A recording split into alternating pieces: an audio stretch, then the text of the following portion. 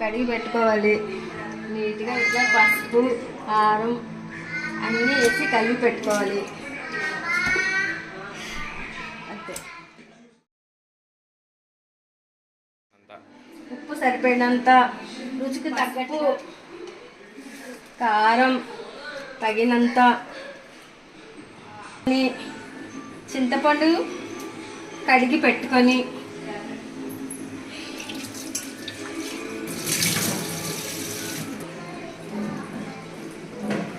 పెట్టుకుంటే చేపలు ఇరిగిపోకుండా విడివిడిగా వస్తాయి. పచ్చిమిర్చి తగినంత చేపల కూరలో వేసుకోండి. 5-6 పచ్చిమిర్చి వేసుకోండి. ఆయిల్ కళాయిలో పోసుకోవాలి. ఒక 5-6 స్పూన్లు ఆయిల్ ప్రకారంగా పోస్తాం. పచ్చిమిర్చి వేస్తున్నాం బాబు. పచ్చిమిర్చి వేసాం బాబు. అది కాస్త ఫ్రై అవ్వాలి. తర్వాత ఆనియన్స్ వేసుకోవాలి.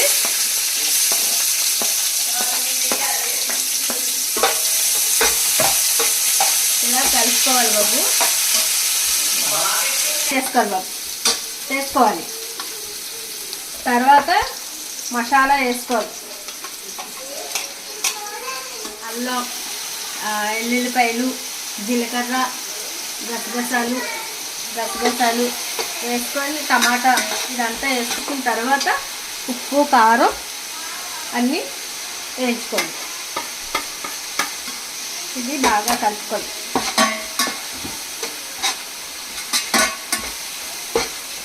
వేగిన తర్వాత ఈ మసాలా అవి బాగా వేగాలి. వేగిన తర్వాత కొంచెం వాటర్ పోసుకోవాలి.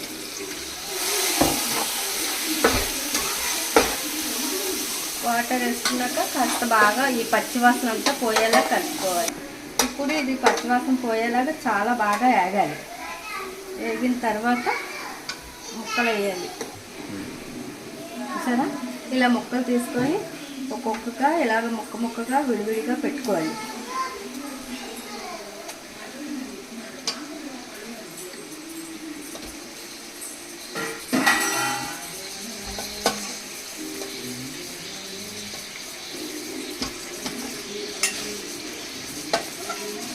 మళ్ళీ కాస్త ఇలాగా కారం పైన సరిపోతే ఉప్పు కారాలు కరెక్ట్గా చూసుకోండి. పులుసు కాపాయి లైట్గా కాస్త ఇలా జల్లుకోవాలి.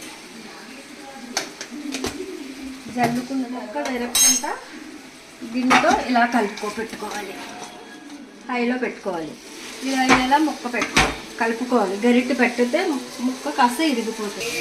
ఇప్పుడు చేపలలోని చింతపండు పులుసు పోసుకోవాలి. తగినంత పులుసు పోసుకొని తర్వాత కాస్త వాటర్ పోసుకోవాలి. తర్వాత ఇలాగా ముక్కలు ఇరిగిపోతాయి. గరిటతో కాకుండా ఇలాగా తిప్పాలి. కలపడం వల్ల ముక్క అంతా ఎరగకుండా కలుస్తుంది. బాగా పులుసు ఇలాగా కలుపుకుంటే ముక్క ఎరగకుండా ఉంటుంది. తర్వాత ముక్క కాస్త గట్టి పడుతుంది, పులుసు దగ్గర పడుతుంది. కాస్త వాటర్ పోసుకోవాలి పులుసుకు తగ్గట్టుగా. కలుపుకొని ఇలాగా తిప్పుకొని కాస్త మూత పెట్టుకొని ఉడికాక కొత్తిమీర జల్లి తీసి కాస్త ఇలా మూత పెట్టుకోవాలి. కాసేపు ఉడికిన తర్వాత మధ్యలో కలుపుకొని కొత్తిమీర జల్లుకొని ఆఫ్ చేసి